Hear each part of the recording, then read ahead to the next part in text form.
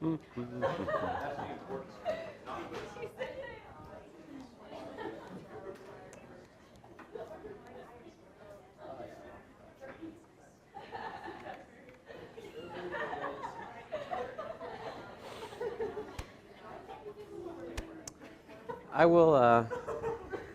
will begin with a word of prayer. So here we go.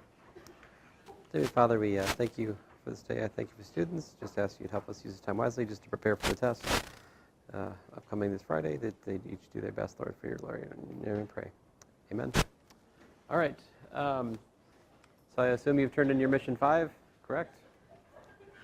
I have, it looks like a healthy stack of them up here.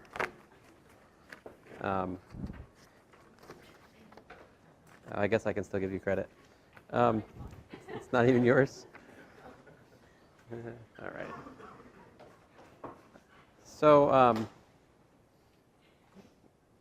something kind of interesting with the solution to mission 5. It's kind of funny, if you are a person who knows complex analysis or a little bit of complex variables, the proof that this map is a homomorphism is much easier, right? Like phi of ZW is the modulus of ZW squared, but we know that the modulus of a product is the product of the moduli from test 1 in complex. And like every test 1 I've ever given in complex has this problem. And so certainly this semester, but also others. And then that's this, which is, hey, homomorphism, woohoo. On the other hand, if you don't know complex, then you have to face the music, so to speak. Essentially, to prove that this map is a homomorphism is to prove that the product of the moduli is the moduli of the product squared. And so that's what I do. So multiply these complex numbers, you get that. So the definition says you square the real part and add the imaginary part squared. But if you FOIL those out, the cross terms cancel out. And then a little factor by grouping later, you've got a squared plus b squared times c squared plus d squared, which of course is the phi of that times phi of that, which is the homomorphism property. And then you need to show it's a surjection, but that's not too bad since I changed the codomain to make it actually logical and not impossible. Because certainly a squared plus b squared is positive, right? I originally had non-zero reals there, which is crazy. And we don't use that word anymore. It was illogical. We're still allowed to say illogical, right? Okay, all right, just checking. I mean, I still say crazy. I think it'd be crazy not to say crazy, right? It's here. So, ooh, that's doubly bad, isn't it? Yeah. It put me in the word police going to come here and put me in jail. So anyway, the square root of r, if I pick r in here, then clearly the square root of r, the square root of a positive number is still a positive number, right? Which is also a complex non-zero number if we just add I times 0 to it, right? And then definition of phi gives me square root of r squared, which is r. R being arbitrary, we have shown that this mapping is a surjection, and so it is a surjective homomorphism, right? So there you go. Problem 42. It's a fair amount to problem 42, right? It's got a lot of nuts and bolts and bells and whistles and such. And so the inner automorphisms of G is defined to be that. So really, to prove that the inner automorphisms form a normal subgroup of the whole automorphism group of G, there's two things we need, right? We need that the inner automorphisms are a subgroup, and also that they satisfy this condition right here, that they're closed under conjugation by the automorphism group. Now, I don't show star star in my solution, but I assume that, I think we've done bits of that here and there in various places before. I hope you could do it in your, yes? Well, I was just asking, so it wouldn't be sufficient to call on the fact that you established that the inner automorphisms were a subgroup of the automorphisms in chapter 9? That would be sufficient, yes. That's my point is, although my point to you is that if I ask you to prove that the inner automorphisms of a group are a subgroup of the automorphisms of a group on the test, and then you're like, well, it's in chapter 9, I would be like, well, good to know. 0, okay. So, you know. I'm sorry, 1 out of 20. Yeah, there you go. Okay. Yes, he did know what chapter it is in, which is probably better than me. But anyway, so supposing this is already known or shown by the students that the subgroup interautomorphisms form a subgroup, we can check the conjugation, right? So I need to look at beta, which is in this, right? That means that there exists a G such that beta is sigma inverse Ig sigma, where here Ig is an interautomorphism, whereas sigma is just a plain automorphism. And then to understand that, I have to act on a group element. And so I do that. So if I feed x into beta, I get sigma inverse of Ig of sigma of x. But by definition of Ig, this is G inverse sigma of xg. Then I use the homomorphism property for the inverse of sigma, which we know, because after all, it's an automorphism, and hence its inverse is likewise a homomorphism. So a homomorphism of a product of three things is the product of the homomorphisms of those three things. Let's see here. I mean, this to that. Now, of course, the middle one simplifies to x, and the outer one, see what I did? I pulled this, whoa, man. Whew, it's too much. I'll go back to this one. There. So this one, now you can't see it in the video. It's funny, like it shows up pretty clear in class, but if you look at the video later, it's almost like I'm pointing at nothing. It depends on like the sunlight in the room, whether or not this picks up or not. Anyway, so we can pull the inverse out. How do we do that? Property of homomorphism, right? Proved that earlier. And then if you look at it, we've got this element inverse x times that element again. That's conjugation by sigma inverse g. So this is I sub sigma inverse of g acting on x. This holds for all x. Therefore, we have the identity that beta is equal to that, which is to say that it's an interautomorphism. And so we have shown that the conjugation of the interautomorphisms by an automorphism is a subset of the interautomorphisms, which is to prove that it's a normal subgroup. Supposing we already know what Liam told me. Yeah.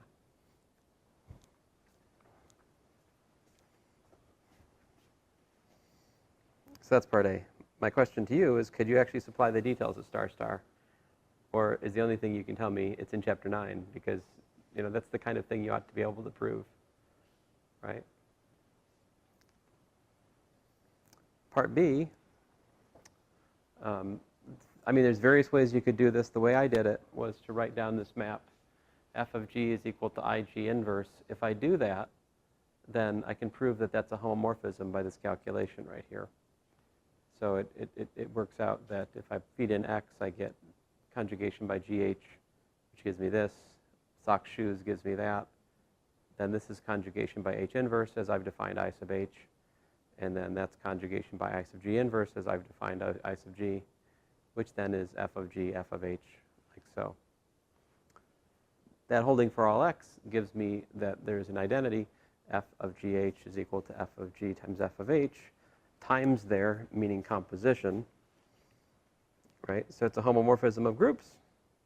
More than that, it's a surjective homomorphism, because if you give me any interautomorphism, Ig, what G maps to it?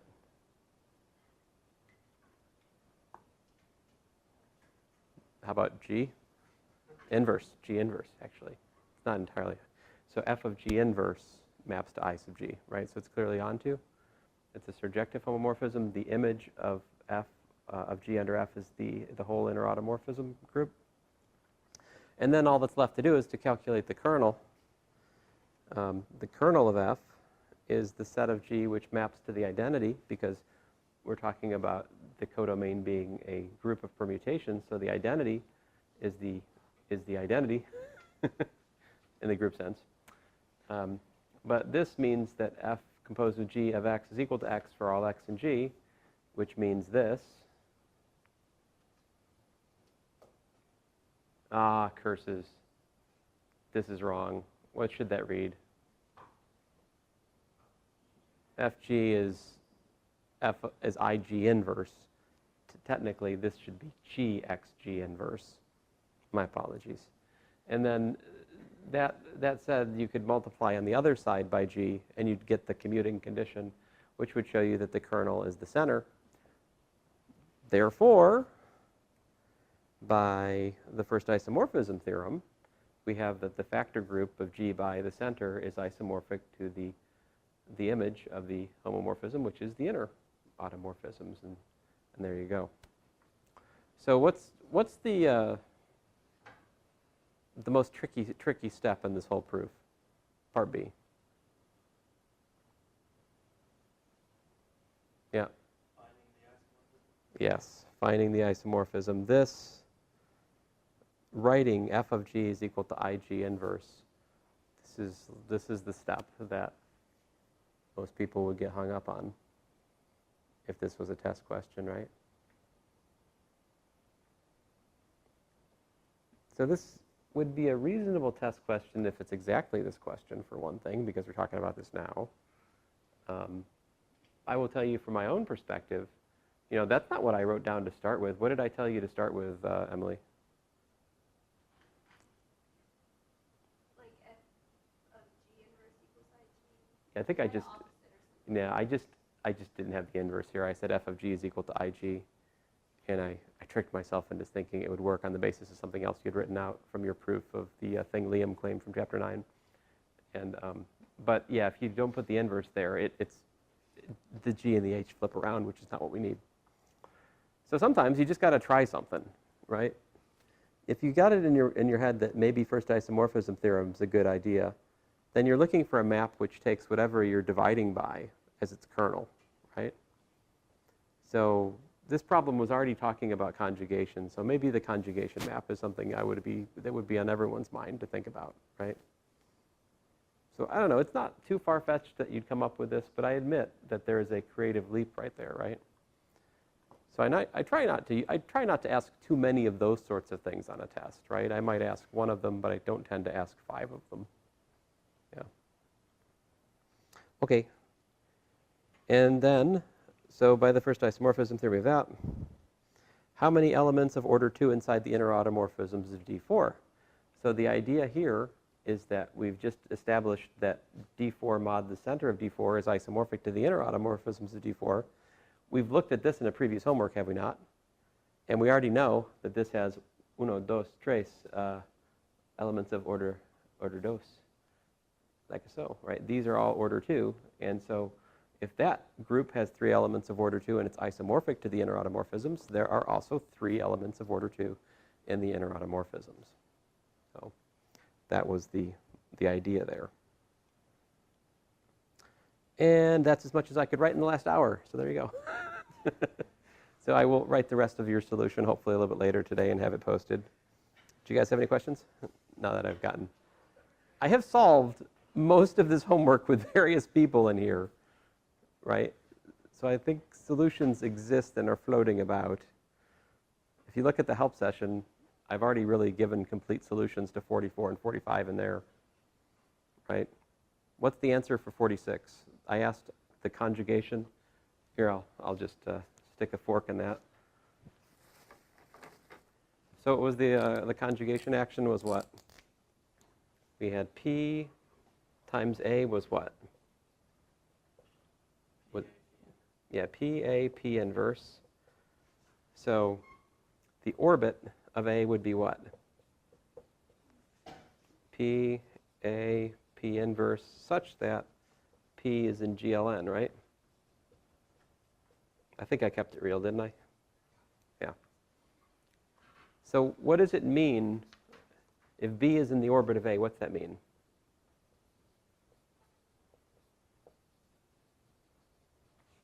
That means that B is similar to A, right? And so we spent the better part of, I don't know, 20, 30% of linear algebra learning that similarity of matrices is ultimately measured by whether or not they have the same Jordan form. Or in this case, I probably should say real Jordan form, since we're working over the reals, right? 2 matrices are similar if they have the same real Jordan form, up to possibly a reordering of the blocks. And to me, that would be the best way to describe the orbits here, is that they're labeled by inequivalent Jordan forms. I could tell you some more specific stuff, like what's the orbit of the 0 matrix? 0. What's the orbit of the identity matrix? The identity, right? So the 0 matrix and the identity matrix are similar only to themselves. That's about all I can, I mean, I could start doing things with diagonal matrices. I know things I can say about Jordan forms for those relatively simply. But, oh, anyway, I'm not going to, let me not let this spin into a 20-minute discussion of Jordan forms. Yeah. So do you guys have any questions about any particular other problem in mission 5?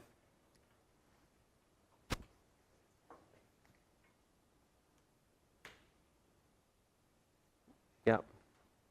From 49 and 50 and like the matrix. Ah, good question. That is a responsible and decent question.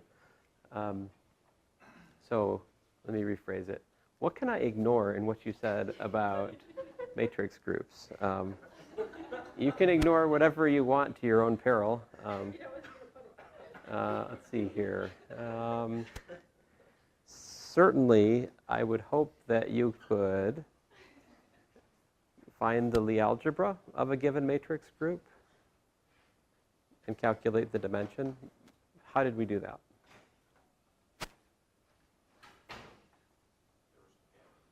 There was some gamma involved, right? So it was frac G. Yes, these are words. So if G is a matrix group, so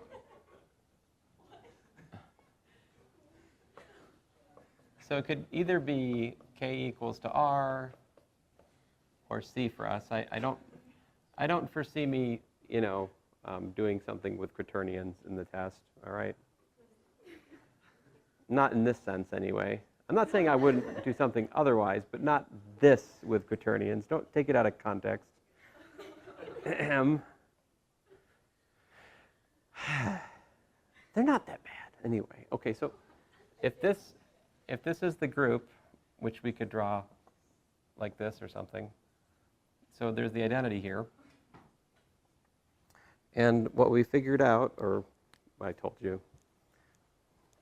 is that we can calculate the tangent space to the identity by looking at a curve that goes through the identity like this. So we can look at gamma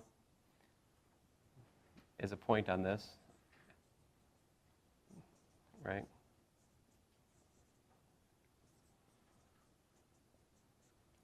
And more than that, I actually made it a little bit easier for you than that, right? We had a theorem after that where we improved this. We said, you know what?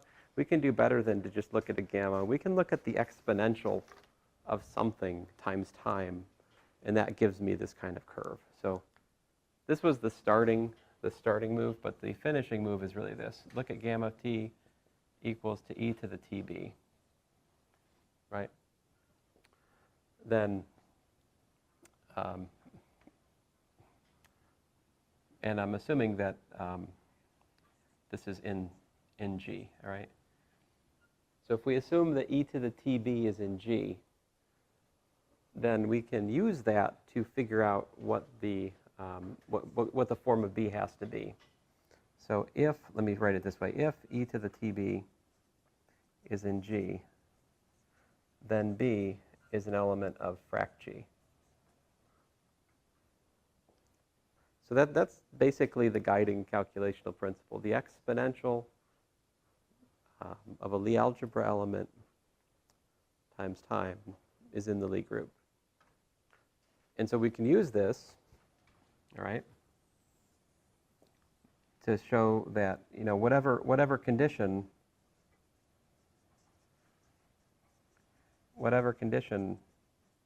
defines G, the, quantity e to the tb must meet, yeah?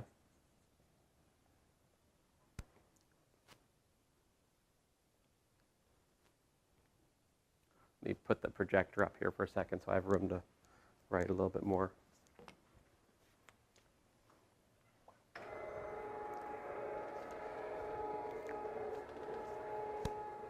let's see here.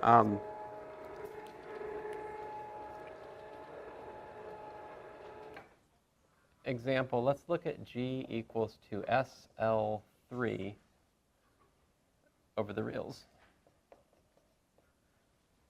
I want to find a description of the Lie algebra frac G, which is typically denoted like this, SL3R.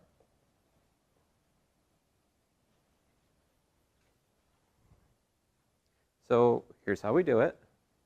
We say, okay, so consider, and I'll use gamma of t equal to the exponential of tb. Suppose that's an element of SL3R. What's that say?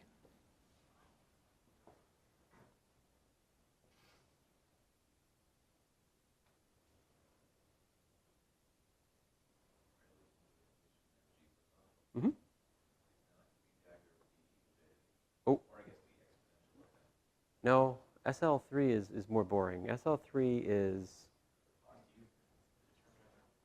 yeah, just determinant 1. It's fine, it's fine. I mean, it's fine for today. Let's see here, so SL3 R equals to A such that the determinant of A is equal to 1, yeah.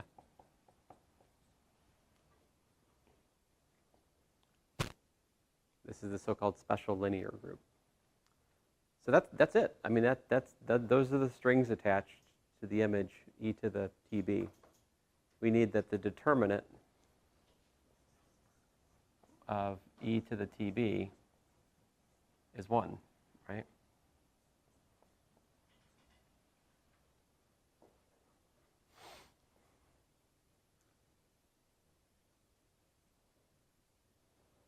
I'm telling you right now so that if this does come up on the test, you don't have to discover it there. But there's an identity. I told you this before. You needed it for the homework, right? But I did tell it to you. What's the identity? This is equal to e to the trace of tb. So the determinant of the exponential is the exponential of the trace of the matrix. Not the easiest thing to prove, but you can show that. It's not hard to prove it using the Jordan form.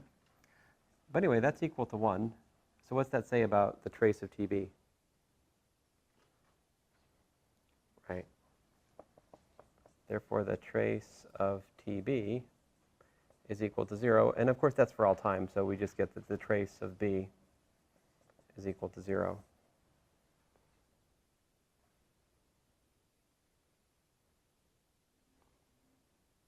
So what we've learned then is that SL3R is nothing more than the set of 3 by 3 traceless matrices. What's the dimension of that?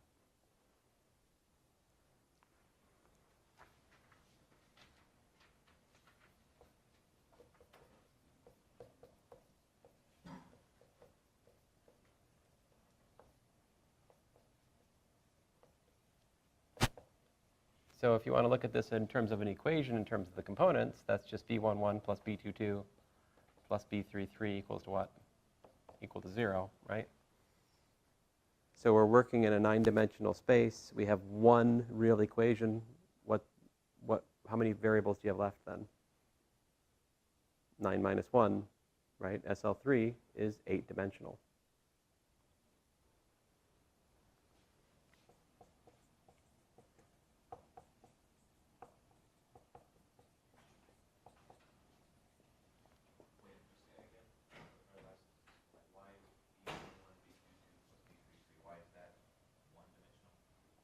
Well, that's one equation. That's one equation in a 9-dimensional 9-dimensional context, right? The universe in which these matrices are living is 9-dimensional. The set of 3 by 3 real matrices. It's one equation, though. The number of parameters in SL3 would be 8. Here, I'll show you. We have B equal to, let's say, minus B22, minus B33,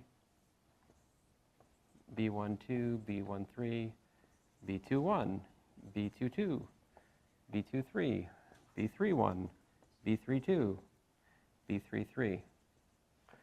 So there you go. The eight parameters of this matrix are B11, B13, B21, B22, B23, B31, B32, B33. But the first component is determined by the remaining 8.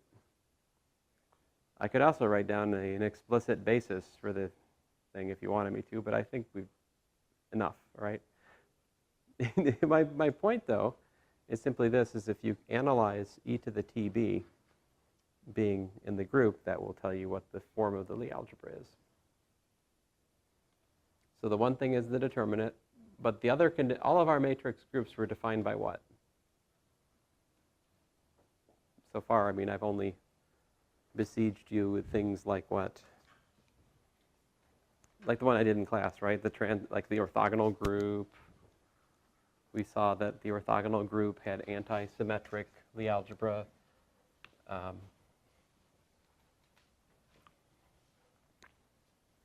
So that, anyway, let me stop. I could keep doing this, but let's stop here. That's the one thing. You should be able to calculate the dimension of a matrix group, find at least the form of the Lie algebra, because we've done I spent about a half-hour class doing that. I think that's a reasonable question. You had a question in your homework about this, right? That'd be the one reasonable thing. Goodness, let's see. And then perhaps just proving that matrix subgroups are subgroups, right? That's still a good question. It's more of a test 1 question, but it's still a good question because many of you still have not really shown me that you know how to apply the subgroup test successfully. I might give you another chance on this test to show me that you can show something's a subgroup. Or better yet, how would you show that big SLN R is a normal subgroup of GLN R? How would you show this? Is it true?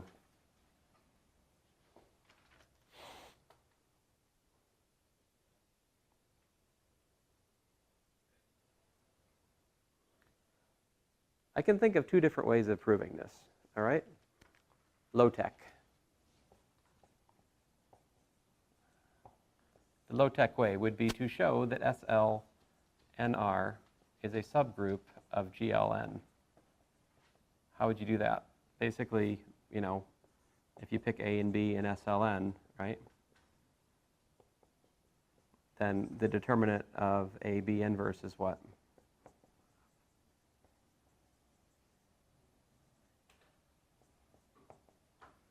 Which is 1 over 1, which is 1 again, right? And also the determinant of the identity matrix is what? It's 1, right? And also SLN is clearly a subgroup of GLN because if determinant's 1, it's non-zero. So we can use the one-step subgroup test to prove that SLN is a subgroup of GLN. Step number 1. What's step number 2? Yeah, conjugation, right? If G is in GLN and we pick, A in G, SLN, G inverse. Did I put, you guys, remind me, where did I put the G inverse? This side or that side? I can't remember. Right side. Is it right? You could, listen, guys, I will not fuss if you do one way or the other because I've done one or the other. It's my bad. I should try to keep it uniform, but it doesn't really matter. If you can show one, you can show the other. Because you can either conjugate by G or you can conjugate by G inverse, and that's the interchange there. Okay, so if it's that means that there exists B in SLN, right, such that A is equal to GB G inverse. What's the determinant of A then?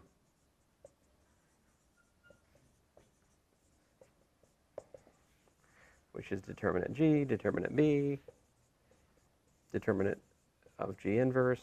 These cancel. This is 1. That's equal to 1. Therefore, A is an element of SLN. And we've shown that G, SLN, G inverse is a subset of LN. SLN again, right? Which, according to our definition, proves that SLN is a normal subgroup of GLN. This is the 2-step low-tech cost you lots of time on the test way to prove this. Which I respect. If you did it this way, I would respect it. But there's a smarter way to do this. What's the smarter way?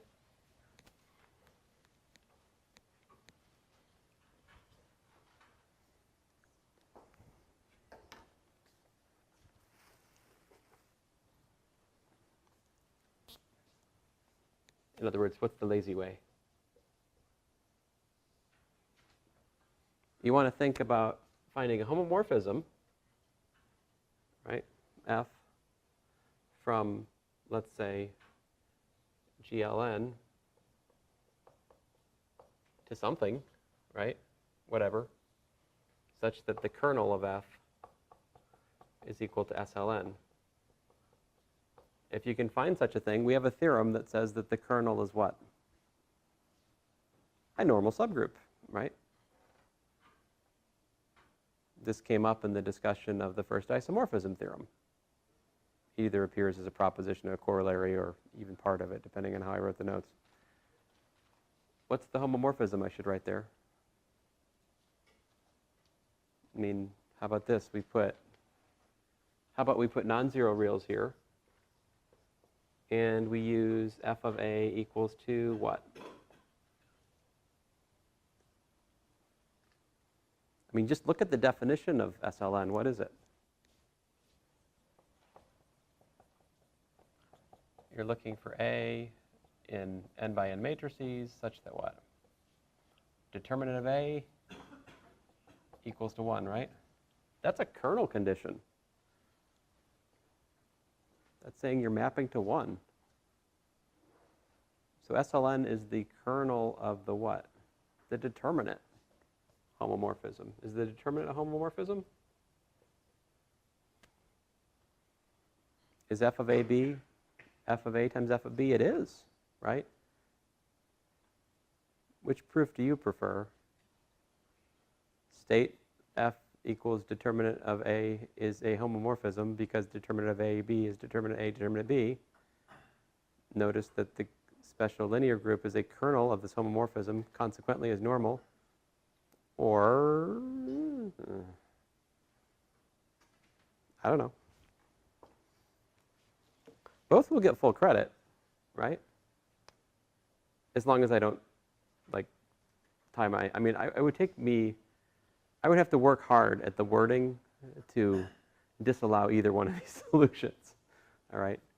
But, this solution comes at a cost because, okay, I did that in 3-4 minutes of blah, blah, blah, blah, blah, blah. But this eats much more of your time. I know it does.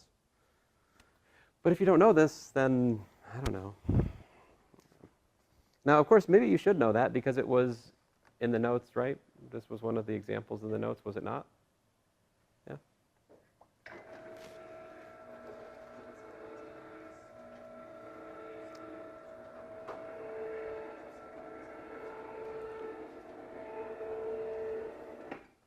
So I think the thing that makes matrix groups more interesting, I don't know, I don't expect you to know or to have memorized the maximal torus result, right? That's something that I pulled from a book without proof.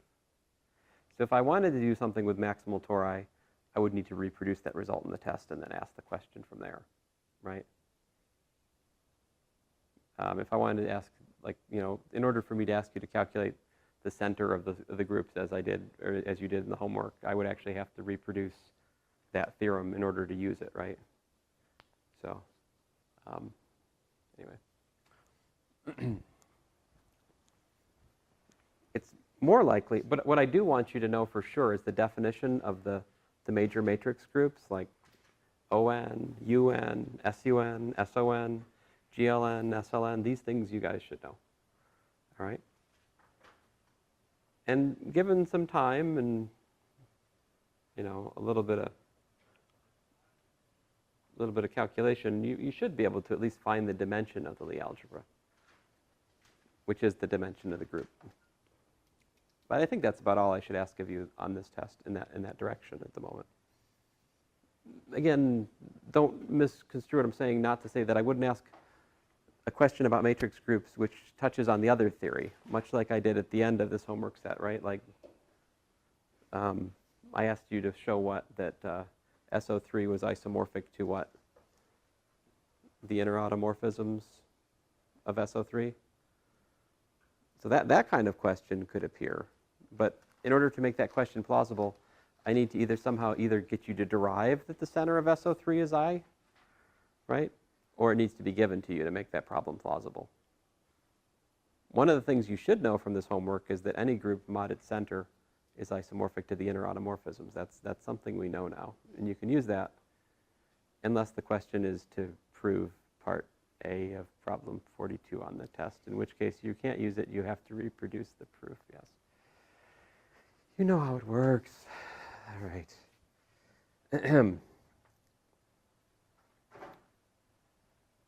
Oh, don't look at that. Look away. All right, there. Here's a question. H1 comma x squared is a normal subgroup of D4, which is 1x, x squared, x cubed, y, xy, x squared, y, x cubed, y. So this is from, I stole this from one of my brother's abstract algebra tests, and it was on the 2016 test one. My nomenclature here is a little bit different, right? I mean, like, I've used x instead of a, and I usually would write, you know, yx and yx squared in our current. Anyway, can you do this kind of problem? How would you do it? What's the order of D4 mod H? How would we think about that? Well, H is a subgroup of order 2. Lagrange's theorem says that the index of H is therefore, which is the number of cosets, right? I see a 4. I'll take a 4. The identity of D4 mod H is what? It's what? I thought the identity was H. Is it not H? Oh, they said H. I heard them say G. What's wrong with me? Oy, oy, oy. There is no G. Okay. This one here, well, we just got done talking about this. We know all the non-identity elements have order 2, don't they? Yeah. Let's see if we got it right. Isn't this exciting? So, yeah, this, oh, come on. Don't look ahead. Don't look ahead. I hope none of you are looking ahead. Yeah, so 4H2. By the way, the size of the set being 2 is coincidental. There's a difference, like size of set versus the order as an element of the coset space. These are just logically distinct things. You could have a set with, I don't know, 14 things in it. That could be the size of the set, and it could be such that it has order 2. All right? Or 23, I don't know, whatever. The order is not related to the size of the set directly. Oh, man, we can see the next question. Don't look at this. D4, you already looked at curses. So the question here, and I'm showing you the answer too, so it doesn't make it a very good question. Let me take away the answer before you memorize it. Let's see here. Don't memorize things. Understand things, yeah? All right, so here the question is, we have, oh man, I can't see anything today.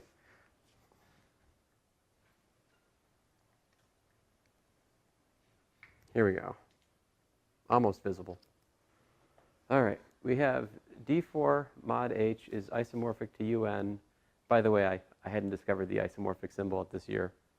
Sorry about that. Now I'm writing equals, squiggle, squiggle, which is better. Is this isomorphic for n equals to 5 or n equals to 8? Choose either 5 or 8 and explain your choice. Ooh, see, this would be more fun. I give like 3 values and then say which values, if any, are possible. That'd be. This is so nice. Like, I'm telling them that either one or the other works. This is far too nice. And I remember U8 is the Klein 4 group, so the answer is 8. Right? U5 is Z4. It's a cyclic group of order 4. I remember that. So.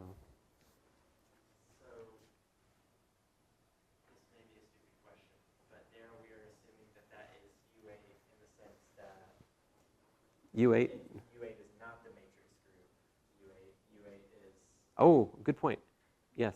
So context should indicate what we're talking about there. Oh, man, that is the... You're right. Curses. I had not noticed that yet, Liam. Thank you.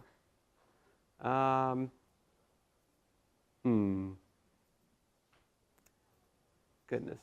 I don't want to give up on UN for the test. So for the sake of having different notation for UN and UN, let's say that uni, I don't know, for lack of a better, unitary, maybe, I don't know. Goodness gracious. Well, this is quite the annoyance. How about, oh, U sub n, you said, oh, okay, so U sub n C. I like that. That's good. So that's the matrix.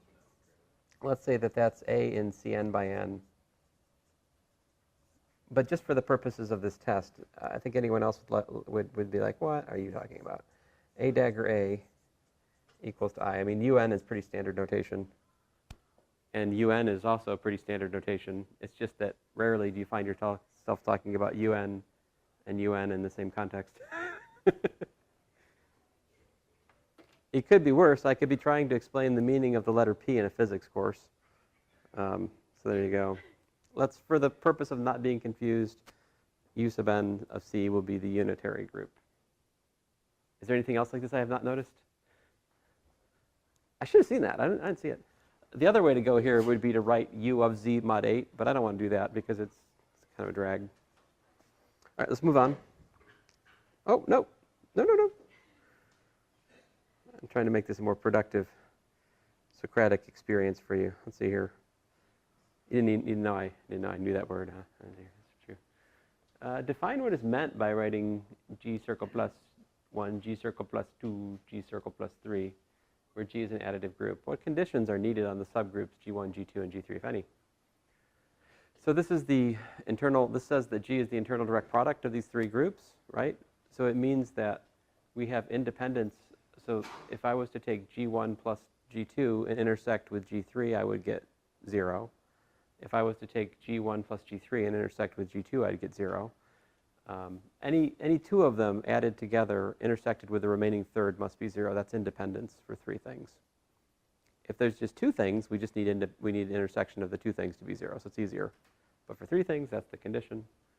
And it's an additive group, so that's enough, right? Because additive means that they're going to be normal subgroups, right? If we were dealing with a multiplicative group, it would also be necessary not just the independence, but also the normality of the subgroups forming the internal direct product, as we discussed. Consider D6 mod Z8, let's see, D6 cross Z8. Whoa, number of subgroups in G of order 15. How are you going to think about that? I need an element of order 3 and an element of order 5, right? Yep. For the last problem, Uh-oh. do you also have to say that G1 plus G2 plus G3 equals G? Yes, right. And also that the sum of all three of them together gives the whole group. Thank you. I'm sure that's in my, I'll get back to the other one in a second here, but I want to think about this one before I put the answer up. By the way, this is posted in course content. I sent you guys an announcement before class. I'm not going to post one from last year because it's not as relevant. Last year I was still doing CELO stuff, and I'm not doing that with you guys, so that has a different direction a little bit. The book I was using last year heavily colored the test from last year, so I don't think it's as relevant. This, on the other hand, was more based on Galilean, which is more or less what my notes are in this stretch of the course. Not entirely, but okay. So can you even get an element of order 15? There's no element of order 5 in here. There's no element of order 5 in there. There's no possible way to it. The answer is none. Right? So that's actually kind of a nice question. The number of subgroups of order 8. Well, that's less pleasant. How many elements of order 8 are there in here? Yeah, the whole thing is order 8, right? So if I take the identity, oh, let's see here. I need to count the number of elements of order 8, basically. So I can either have an 8 and a 1, a 2 and an 8, I guess in principle a 4 and an 8, or an 8 and an 8. Of course, neither the 4 nor the 8 are attainable for D6, right? Elements in D6 can have orders what? 1, 2, 3, or 6. There are 7 elements of order 2 in D6, right? A cubed and also all of the reflections. So anyway, let me go back to my solution here.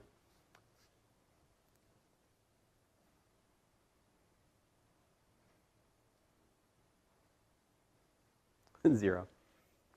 That's fun. Yes, see, is there? But good question. So I either need, I end up counting there are 32 in total. I forget exactly how's that go? I got 7 elements of order 2. Let's see here.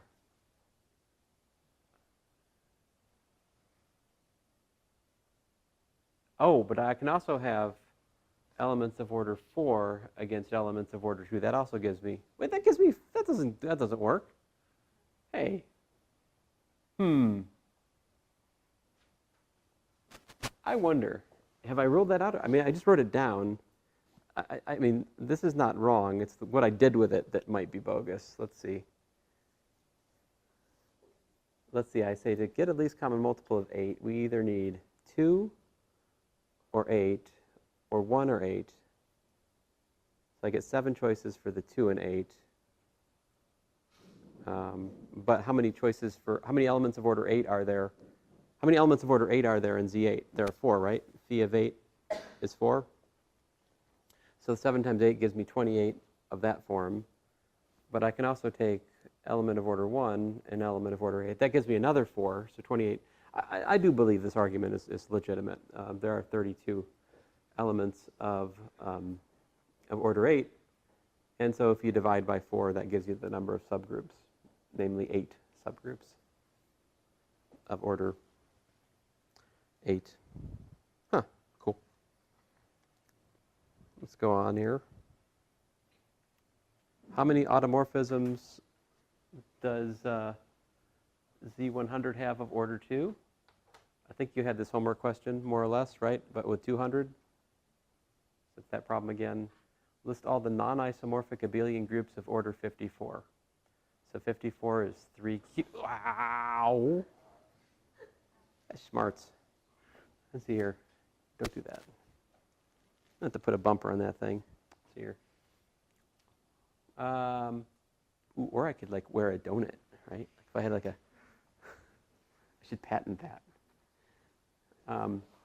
Okay, so these are your 3 choices. Either you can break up the 27 as itself as Z9 cross Z3, or Z3 cross Z3 cross Z3. These are the 3 representative possibilities for an abelian group of order 54. Any abelian group of order 54 will be isomorphic to one of those 3 things, is the point. And that's the fundamental theorem, finite abelian groups.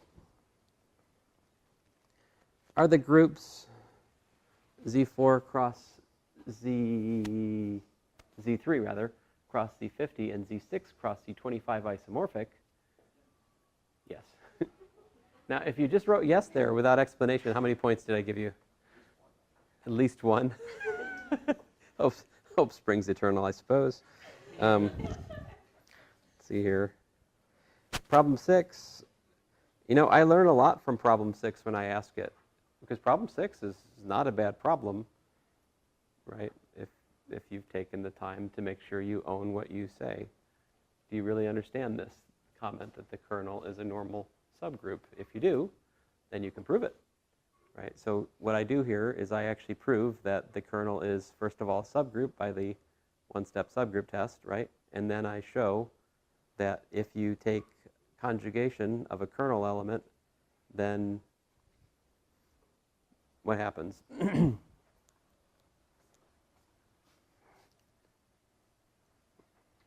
it also maps to the identity under the homomorphism, which is to say that this is also in the kernel. But then since X was an arbitrary element of that, we've shown that G kernel G inverse is a subset of the kernel, which then shows normality of the kernel, right? So there's actually the proof. Now, I think in my notes, I actually have a more general proof. I prove that the inverse image of any subgroup of the codomain is a normal subgroup of the domain. This is actually a special case of that more general theorem. Hey, look at this. Seems like this problem's on my mind.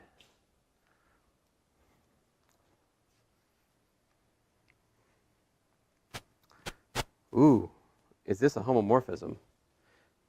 So, you know, this goes back to the question on your first test. Is this even a function, right? This was a bad typo. This was a very bad typo. This ruined this test, actually. This right here, students like spent 10 minutes on this. It completely ruined the length of this test. This one right here is just horrible. So it should have been A inverse B. But the larger point here is you ought to be able to prove those things we said about cosets by arguments similar to those that were given in the notes and in class. I spent a good amount of our time proving the propositions involving cosets, of which this is the most important one, right? Which I have misstated on the test. But that's so 3 years ago. I'll be better this week. After all, I'm doing less and I'm well rested, certainly right in the right frame of mind to make a good quality test with no errors for you Friday, right?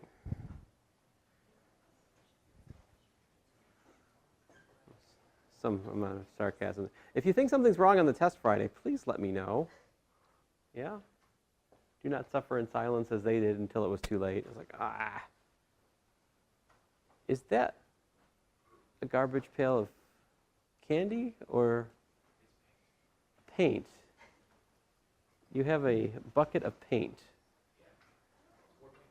It's War Paint Wednesday. All right. Go on. I'll go on. Anyway, this is posted. I did two things. I posted the blank one and also the one with the solution. So if you want to, you could take it for a spin and see how you do, right? Anyway, I'll see you guys Friday. I'll try to start 5 minutes early and end 5 minutes late for the sake of you having an hour. What's that? I'm sorry? I didn't give mission 4 back yet? No, I think we have.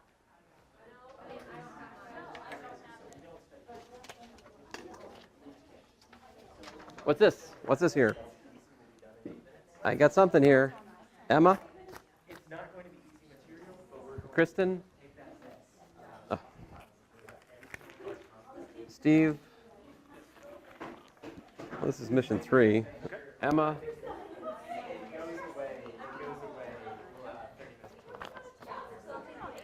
So, we're missing mission 4, you missing? Oh. All right, I will try to find out where it is.